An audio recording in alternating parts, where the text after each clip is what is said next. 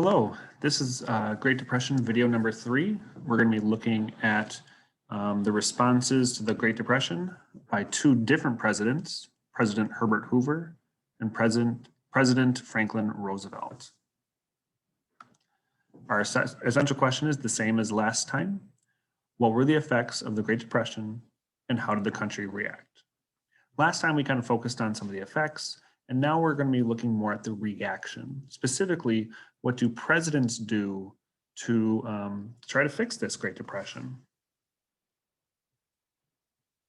Now, we had talked about President Hoover in the past, and President Hoover believes in something called rugged individualism. Rugged individualism is the idea that people should work hard, people should pick themselves up, and eventually everything will be okay. He believes the government should not go out and help the people. You should not try to get jobs. They should not try to influence businesses. Instead, he wants people to help out each other, and he wants organizations and churches to voluntarily help each other out. So that's what he wants, rugged individualism.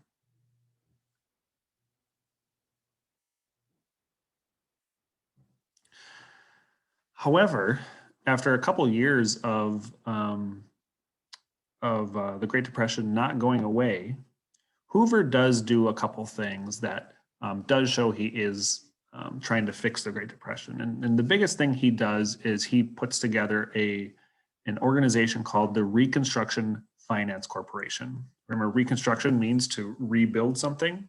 So he wants to rebuild our finance in the country.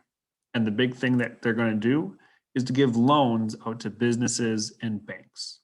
If you are kind of following the news with the coronavirus, this is something that the government has currently done where they give out loans to businesses and that for really low interest rates or maybe no interest rates.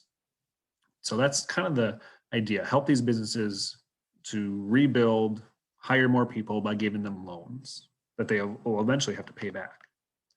The problem is, actually a couple of problems, is that they only gave out 20% of the money that it had.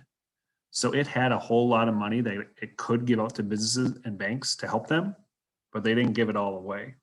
They didn't give most of it away. Most of it they kept. And by that time, it was too little, it was too late, not enough businesses were getting help. People were looking for jobs, they couldn't find one. And by this time, people see Hoover as a do-nothing thing, that he's just kind of forgetting about the people to the point where people they begin to think that, call themselves the forgotten man, that the government has forgotten about them.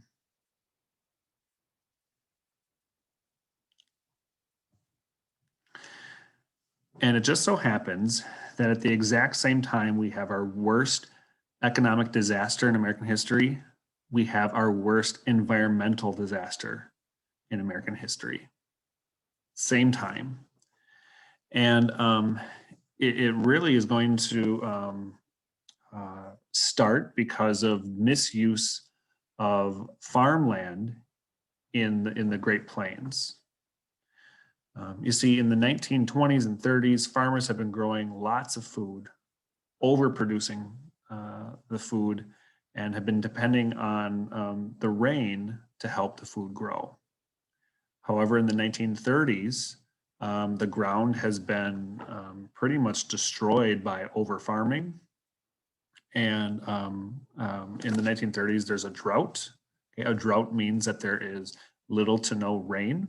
And so without the water to help keep the soil together, the soil becomes like this dusty, you can see it coming out of this guy's hands, this dusty topsoil that can't grow anything on it. The wind is really easily scatters this topsoil around, and so the seeds can't stay in the ground.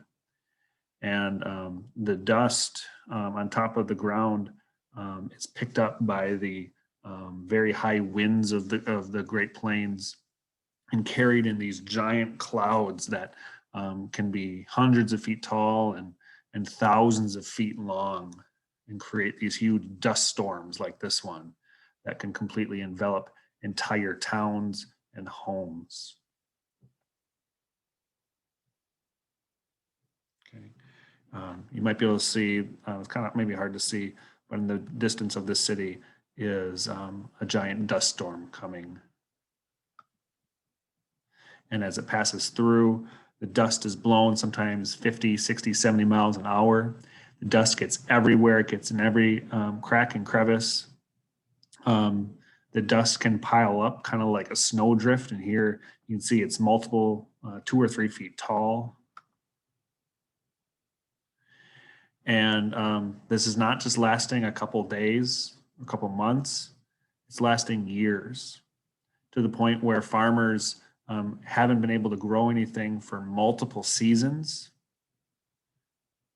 Many people in states in the Great Plains are losing everything. And so some decide, well, the only thing we can do is leave. Many farmers would end up migrating away from the Great Plains and left to go out west to places like California. I think students still might read the book of Mice and Men. I believe in that book, the characters were leaving the Great Plains and looking for work in California. Those are examples of migrants. Here you can see a picture of one family moving west. They put everything into this truck and moved west looking for a job. And so with this environmental disaster, this economic disaster, people just feel like Hoover's forgotten them. And in 1932, he's going to run for re-election, but there's pretty much no way he's going to win. Instead, Americans are ready for a change.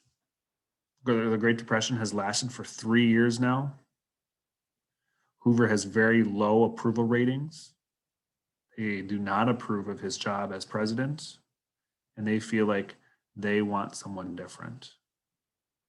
So the Democrats nominate this man to be president, Franklin D. Roosevelt.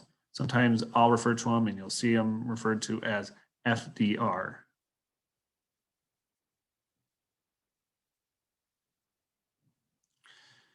FDR wins this election in 1932 in a landslide. And you can see Roosevelt wins all these blue states, so it's a major victory. There he is giving his speech.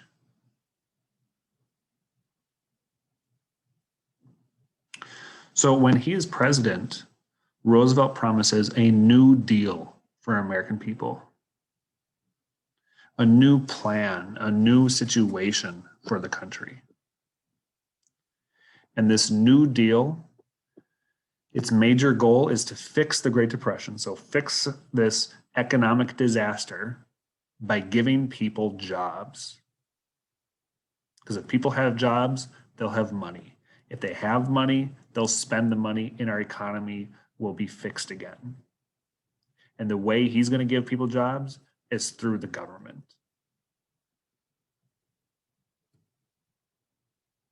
That's the New Deal. And the way he's going to do this and hire people is through something called deficit spending. Deficit spending means you're borrowing money to spend money. So the government is going to borrow money and then spend it on people working for the government.